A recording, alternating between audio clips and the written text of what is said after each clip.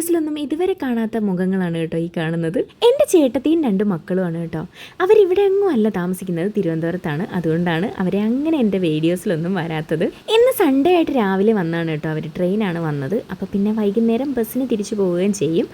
അങ്ങനെ നിൽക്കുമ്പോൾ ഉച്ചയ്ക്കത്തെ ഫുഡ് കഴിക്കാൻ പുറത്ത് പോകാമെന്നൊരു പ്ലാൻ ഇട്ടു. അപ്പോൾ ഞങ്ങളെല്ലാവരും പോകാനായിട്ട് റെഡിയായി നിൽക്കുകയാണ്. അൽറീമിൽ പോയി മന്തി കഴിക്കാമെന്നാണ് കേട്ടോ പ്ലാൻ ഇട്ടത്. അപ്പോൾ എല്ലാവരും കൂടെ കാറിൽ കയറാത്തതുകൊണ്ട് കുറച്ച് പേര് കാറിലും 2-3 പേര് ബൈക്കിലുമായിട്ടാണ് വന്നത്. അപ്പോഴൊന്നും മഴ വലുതായിട്ടില്ല കേട്ടോ, ചെറിയ ചാറ്റൽ മഴയൊക്കെ ഉണ്ടായിരുന്നു. അതുകൊണ്ട് കുടയൊക്കെ പിടിച്ച് ഞങ്ങൾ അകത്തോട്ട് കയറി ചെന്നപ്പോഴത്തേനും നമ്മൾ നേരെ മജ്ലിസിലോട്ടാണ് കയറിയത്. മജ്ലിസിൽ ഇരിക്കണം എന്ന് ഉദ്ദേശിച്ച് വന്നതല്ല, കാരണം വാപ്പാക്കും ഉമ്മച്ചിക്കും ഇരിക്കാൻ പറ്റാത്തതുകൊണ്ട് മജ്ലിസ് വേണ്ട എന്നൊരു തീരുമാനത്തിലാണ് വന്നത്. എന്നാലും അവിടെ ചെന്നപ്പോൾ മജ്ലിസ് മാത്രമേ ഉണ്ടായിരുന്നുള്ളൂ കേട്ടോ. പിന്നെ വാപ്പാക്കും ഉമ്മച്ചിക്കും സെപ്പറേറ്റ് കസേരയൊക്കെ ഇട്ട് കൊടുത്തിട്ട് ഞങ്ങളവിടെ ഇരുത്തി കൊടുത്തു. അങ്ങനെ പിന്നെ എല്ലാവരും തറയിലോട്ട് അങ്ങ് ഇരുന്ന് വർത്താനമൊക്കെ പറഞ്ഞുകൊണ്ട് നിന്നപ്പോൾ നമ്മൾ ഓർഡർ ചെയ്ത പെരി പെരി അൽഫാം മന്തി വന്നിട്ടുണ്ട്. നമ്മുടെ വീട്ടിൽ നിന്ന് തൊട്ടടുത്താണ് കേട്ടോ ഈ റെസ്റ്റോറൻറ്റ്. നമ്മൾ ഇതുവരെ ഇവിടെ വന്ന് കഴിച്ചിട്ടില്ല. അപ്പോൾ പിന്നെ എന്നാൽ ഇവിടെ നിന്നാക്കാമെന്ന് വിചാരിച്ചു. അങ്ങനെ വിളമ്പാൻ തുടങ്ങി. എല്ലാവർക്കും വിളമ്പി കയ്യിലോട്ട് കൊടുക്കുകയാണ് കേട്ടോ. മന്തിയെ പറ്റി പറയാനാണെങ്കിലുണ്ടല്ലോ, അടിപൊളി ടേസ്റ്റ് ആയിരുന്നു കേട്ടോ. അടിപൊളി മന്തിയായിരുന്നു.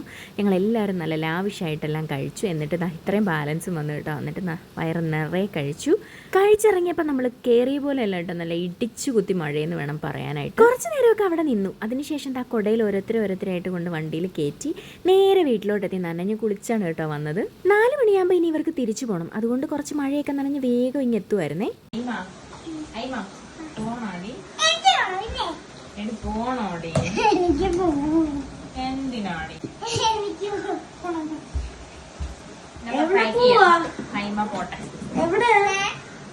ട്രിവാൻഡ്രത്ത് പോവാണ്.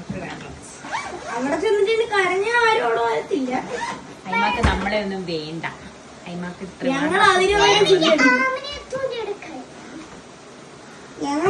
ഒരു മുന്നറിയിപ്പും ഇല്ലാതെ അയ്മ പെട്ടെന്നൊരു തീരുമാനം അങ്ങ് എടുത്തു, തിരുവനന്തപുരത്ത് പോകണമെന്ന്. പിന്തിരിപ്പിക്കാൻ കുറേ ശ്രമിച്ചിട്ടും നടന്നില്ല കേട്ടോ. പിന്നെ എന്തായാലും പോയിട്ട് വരട്ടെ എന്ന് വിചാരിച്ചു. അതിൻ്റെ ഇടയ്ക്ക് ഞങ്ങളുടെ ഒരു കസിൻ വന്നു കേട്ടോ വീട്ടിൽ. അങ്ങനെ വാപ്പാടുത്ത് ഉമ്മച്ചിയെടുത്തൊക്കെ ടാറ്റായും പറഞ്ഞ് ഉമ്മയൊക്കെ കൊടുത്ത് അയ്മ അവിടെ നിന്ന് ഇറങ്ങി കേട്ടോ. അങ്ങനെ നേരെ അവരെ കൊണ്ടുവിടാൻ ഞങ്ങളും കൂടെ വന്നു. ബസ് സ്റ്റോപ്പിലാണ് ഇരിക്കുന്നത് കേട്ടോ. അപ്പം ബസ് കുറച്ച് താമസിച്ചു. അതിൻ്റെ ഇടയ്ക്ക് അയാൻ പറയുന്നുണ്ട്, ഉമ്മച്ചി ഇവക്ക് പനിയുണ്ടെന്ന് തോന്നുന്നു, വിടണ്ടെന്നൊക്കെ പറയുന്നുണ്ട്. എന്നാലും അവൾ തളരത്തില്ല, ഞാൻ പോകും എന്നുള്ള വാശി തന്നെ പറഞ്ഞ് ടാറ്റ ഒക്കെ പറഞ്ഞ് അവൾ പോവുകയാണ് കേട്ടോ.